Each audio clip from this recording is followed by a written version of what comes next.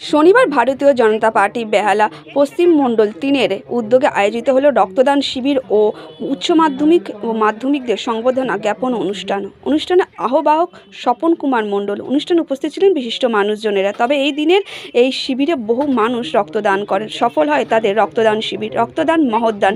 প্রতি বছরের ন্যায় এবছরও তাদের রক্তদান শিবির আয়োজিত হয়।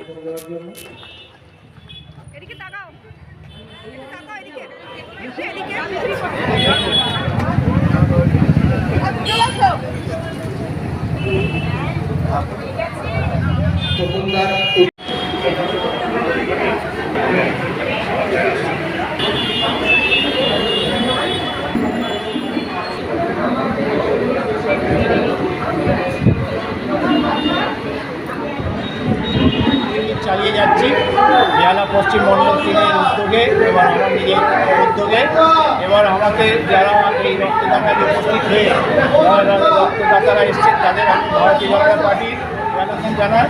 আমি আমার পাশে একজন বিশিষ্ট সমাজসেবী সুব্রত সরকার মহাশয় দাঁড়িয়ে আছেন। আমিও এই অঞ্চলে যবে থেকে আমি এই লাইনে আছি, যবে থেকে কলকাতায় আমি এসেছি সমাজসেবী হিসাবে পুরো অঞ্চলে সবসময় করোনা বলুন যা 24 ঘন্টা আমি সবসময় আপদে বিপদে মানুষের পাশে এটা আমার একটা মনে আনন্দ হয় কি আমি সকালে উপকার করতে নিঃস্বার্থভাবে সকলের পাশে থাকি। আমার পাশে শ্রীয়াঙ্কু কোনারও দাঁড়িয়ে আছে, ওদের আগে বিশিষ্ট ব্যক্তি সুভাষিস কর আছে এবং আমাদের এই মণ্ডলের অনেক কার্যকর্তাগণ আছে, পদাধিকারীগণ আছেন যারা এই মণ্ডলে আজকে এই আমার রক্তদানে আমাদের সহযোগী হয়েছেন।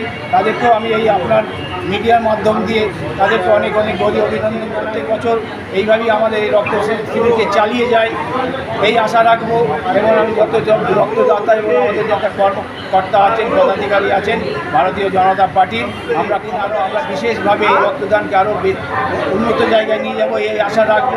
এরপরে আমি আমাদের বিশিষ্ট সমাজসেবী সুব্রত দাকে পরিবর্তন সেটাই হয়েছে, দীর্ঘদিন ধরে বাংলার যে রাজনৈতিক সংস্কৃতি ছিল রাহাজানি, সেই পরিবর্তনটা ঘটাচ্ছে যে আমরা সমাজসেবা, রাজনীতিটা ব্যবসায়িক প্রতিষ্ঠান নয়, রাজনীতিটা হচ্ছে সমাজসেবা।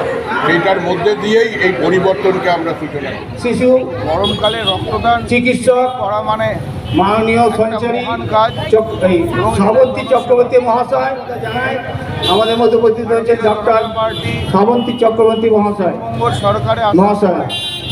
যেটা মূল কাজ শুরু করেছে সেটা হচ্ছে সেবা। আশুদাকে বলবো যেখানে থাকুন মঞ্চে আসার জন্য কাজের জন্য আমরা এই রক্তদান শিবিরকে একটা অঙ্গ হিসেবে দেখি।